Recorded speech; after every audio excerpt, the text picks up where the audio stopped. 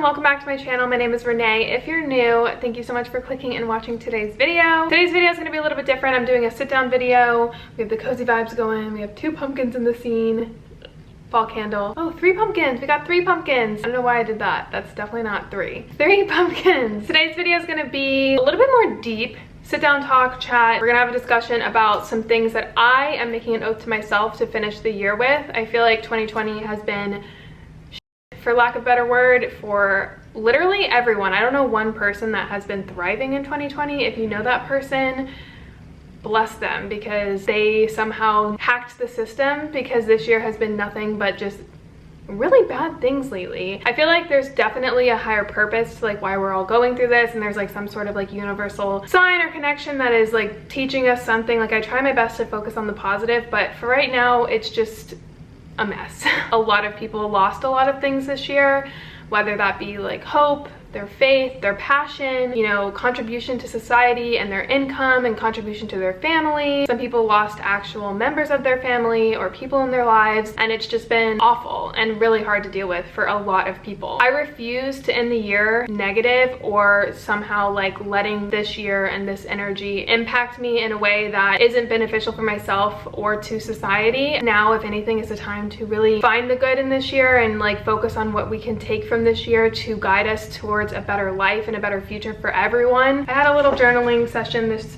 morning. 6 things that I am going to take with me to the end of the year to end it strong. The first one that I have, I'm gonna keep looking down at my notes, so excuse my lack of eye contact with you guys, but the first one is to be a part of the solution, not the noise. This year has been a lot of noise, whether that's online, whether that's politics, whether that's in the media, social media, literally in my own life. There's just been a lot of noise, and it's a lot of draining noise. It's like a cloud that I can't seem to like get out of, because like even if I'm positive, there's somehow some sort of negative noise or energy coming my direction and just being thrown in my face that I have no control over. Instead of being a part of that noise, it's really easy to get wrapped up in this noise. That's what they want. They want more talk, more opinions, more like hatred in the world, and I'm not gonna let that happen. I'm gonna spread good. I have a platform here. You have a platform. Those are going to be people that you can impact. The girl at the grocery store while you're checking out, impact people in a good way. I'm going to take good energy with me and I'm going to spread the good.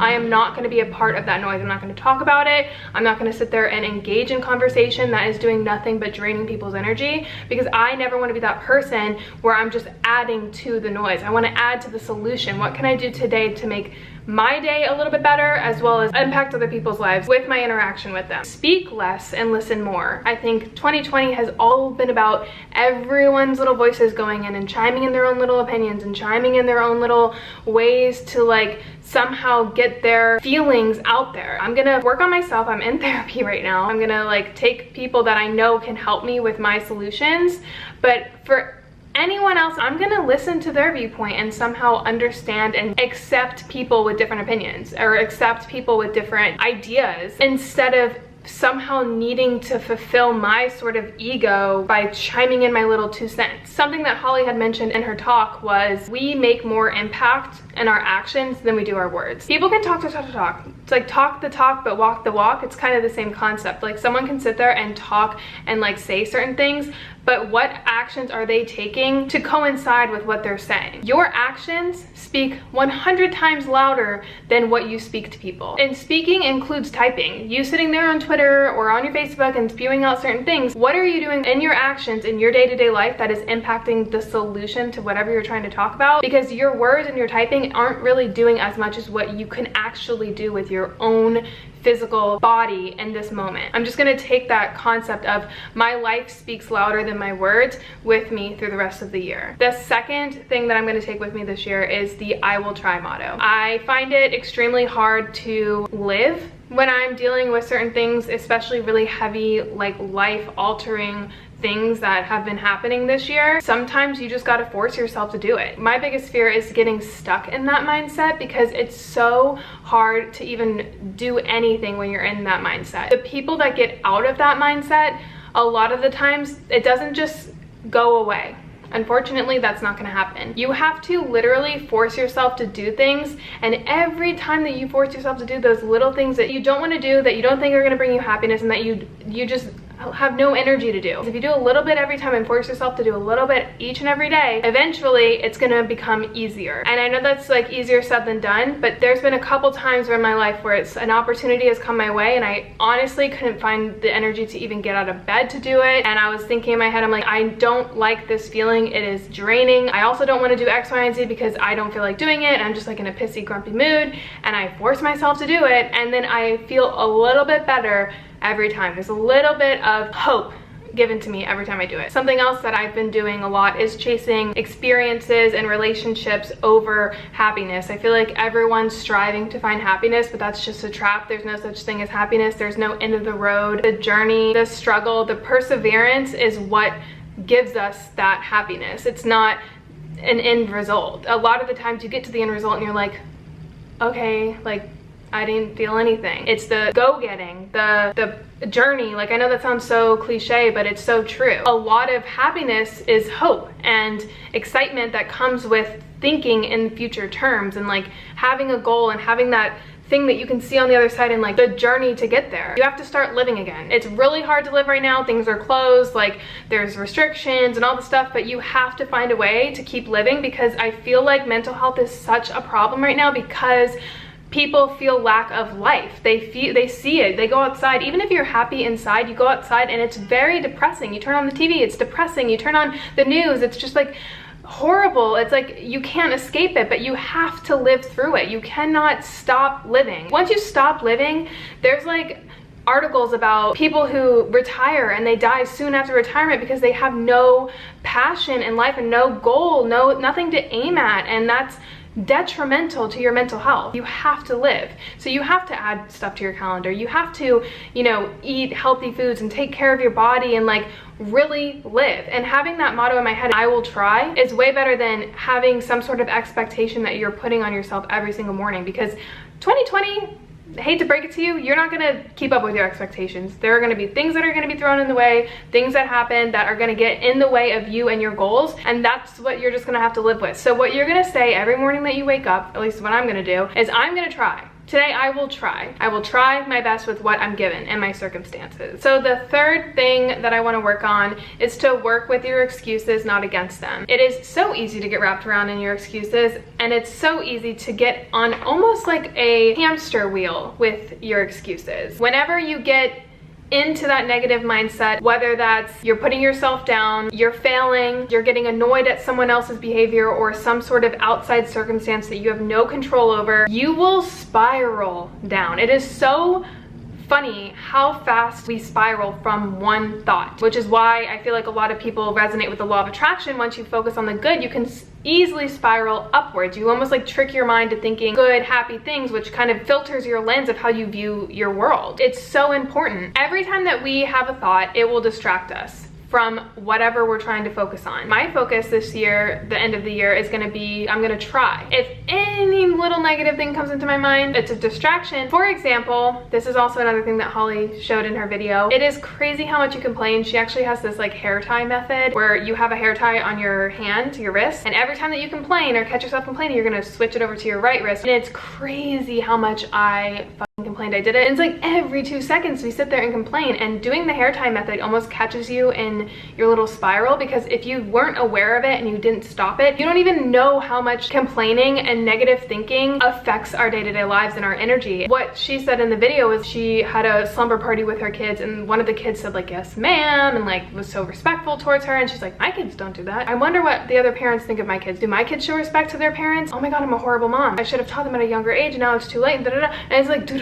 spiral, and we're not aware of it. And then no shit, she's gonna walk around feeling like she's a bad mom or her kids are disrespectful to her. Imagine taking that with you towards every situation that you're in. Your lens is gonna be filtered like you're just pissy and in a bad mood and you feel low confidence, and it just spirals, and like you don't know that. Try it one day, like literally wear a hair tie, and every time that you catch yourself complaining, whether it's the littlest complaint or not, switch it over and it's insane. It will also stop you in your tracks so you won't spiral. Having those excuses in your head and having that complaint or negative thinking is going to spiral you down, and it's going to distract you from your goals, which is not what we want this year, because we're going to beat this year. So the next thing that I had written down here, we create our own energy. We don't get it. This is something that I talked about so many times in the past. If you guys are like followers of my channel for a couple years ago, I'm all about action. I don't think somehow there's like some sort of motivation that sparks us. I feel like we get motivation from taking action. People think it's the opposite. Oh, I'll start doing X, Y, and Z once I get the motivation. Like, how do I get motivation? You get motivation by doing it. Once you do it once, you get motivated to do it again and again and again. With that in mind, something that I have struggled with this year is having the need to figure it out all right away and having the expectation that I can fix it in one day. Obviously, this year is crazy. There's been a lot of stuff. I don't think, if anything, I'll ever be the same. And having that expectation of, oh, I messed up one little bit, or I don't have it all figured out, and like, what am I need to have it figured out now. It just causes so much stress and overwhelm and almost makes me fail and like stop. It's just frustrating. One of my subscribers, if you're watching this, hi, thank you, actually mentioned in terms of like a broken leg. It takes time and patience to heal. It takes rest to heal.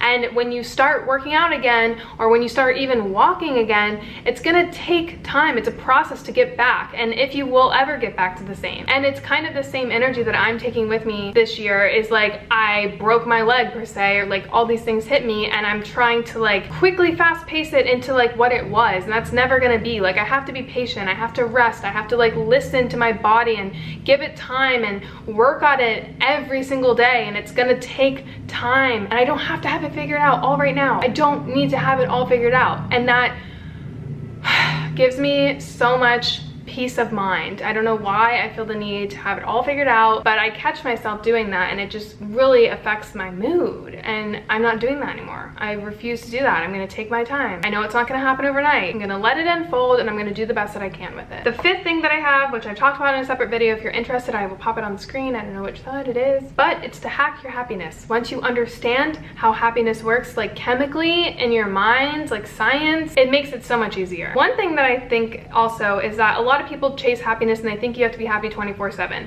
That's not the case. We're not meant to be happy 24/7. We have like these core emotions, which I also talked about in a separate video that I'll pop on the screen, that are crucial to our survival and our evolution as a human being, and it's like embedded in us, and every time we fight that, it obviously causes more stress and harm. You should really watch that video because I talk more in depth about it, but you have all these other core emotions. Like, you can't just focus on having only one emotion your whole rest of your life. Like, that's not normal. So never feel guilty for not feeling happy, but also don't get afraid of it either. I feel like I was always afraid when I wasn't happy. It doesn't mean anything bad. Your body is literally trying to tell you something. You have to learn to like understand these emotions and like, okay, I'm mad. What does that mean? What is that triggering? Like, what in my current situation is it trying to help me? Like, your body is trying to help you survive. That's how we've evolved over all these years. It's like these emotions, like that's what makes us unique and different. Learning to understand these emotions is crucial to not resisting it and kind of just letting it unfold. In terms of happiness, there are 4 chemicals in your brain that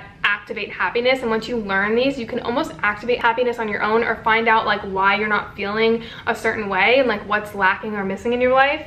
So the 4 chemicals are dopamine, which is basically the accomplishment chemical. You get dopamine released in your brain when you like accomplish something, when you get an award, when you cross off something on your to-do list. Oxytocin is the physical connection that you have with people, so like hugging somebody, and it doesn't necessarily have to be a person. If you're alone or you don't have someone in your life that you can hug and hold or cuddle, hug a dog, a pet, go pet a dog. That releases oxytocin in both you and the dog. It's actually so cute. Serotonin is another one, and you get this from vitamin D, eating healthy foods, listening to good music. And then endorphins is released when you exercise, and actually I just learned this, after a good cry session, your body goes into like a numb state.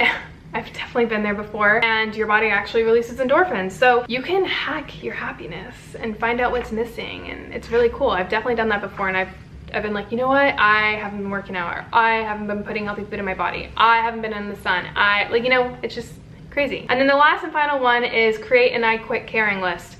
We are not meant to hold all this energy. I wrote a list one time of like all the things that were in my mind, and I'm like, That's why I'm so overwhelmed and stressed. I have 20 things on this list that I am like full passionately caring and like overwhelmed and stressed about, and I am not made to hold all this energy. I'm gonna make an I quit caring list. I'm gonna quit caring about this because there's nothing I can do about it. I'm gonna quit caring about this because I am not meant to hold someone else's life lessons. I'm gonna quit caring about this because I can't do this right now. I can do it in a couple days. I'm gonna quit caring about this because it has nothing to do with me. You have to write a list of all the things right now that is overwhelming you. And what right now can you release and say, I quit caring about this. It doesn't serve me any good. We can't care about everything. And I choose what I care about. So take a second to think, does this really matter? Is this doing me any justice? Am I helping anything? Am I like solving a problem? Am I giving myself good energy? Or is this weighing me down? Is this taking my energy space? Is this making me feel worse? So those are the things that I'm gonna take with me towards the end of the year, and hopefully it will guide me towards a better future. I already have started implementing this stuff in my life. It takes time. Remember one of the steps, I forgot if it's like 3 or 4, but remember, don't think that if you make a list like this and you have things that you're gonna focus on, it's not gonna change overnight. It's not gonna solve all of your problems. Like, you have to work with it. You don't have to write them down and like have a habit tracker and like cause more stress and chaos over these things. Like, just keep them in the back of your mind. Don't overcomplicate the process, and just really work hard to end the year strong and not let it take control over us and make us bad people, because I refuse to let this year make me into an evil, mean person. I hope you guys enjoyed this video. If you did, definitely give it a thumbs up. I love you guys so freaking much, and I'll see you guys all in a future video. Bye guys.